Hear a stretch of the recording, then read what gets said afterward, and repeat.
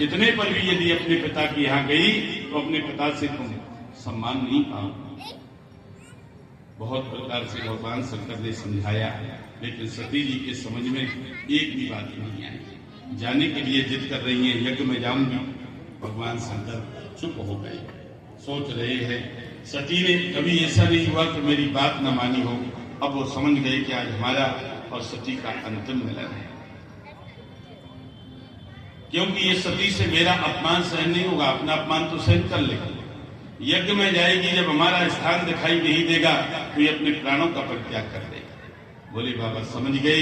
इसलिए उन्होंने, भगवान शंकर ने सती जी के गहनों को एक वस्त्रों में पोटली में बांध दिया और सती जी के सामने लेकर के पहुंचे। कहने लगे, देवी ये अपने साथ में लेकर के जाए, क्योंकि वो जानते थे कि आज हमारा और सती का अंतिम मिलन है और सती की कोई भी वस्तु यहाँ पर पड़ी रही तो वो हमारे भजन में विक्षेप करेगी।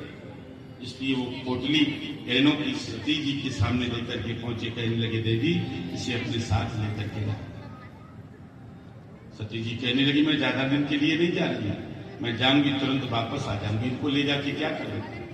भोले बाबा ने कहा, देवी जब स्त्रियां अपने मायके को जाती हैं तो उन्हें नए नए गहनों की वस्त्रों की आवश्यकता। वहां तुम्हारे रिश्तेदार आएंगे, क्या कहेंगे, देखो सती के पास कुछ भी नहीं है, ऐसे ही चली आई, क्या कहेंगे।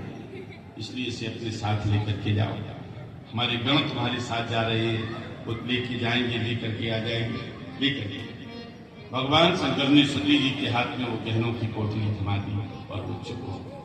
सती जी घर से निकलती है, मानो दो प्रकार की हो गई।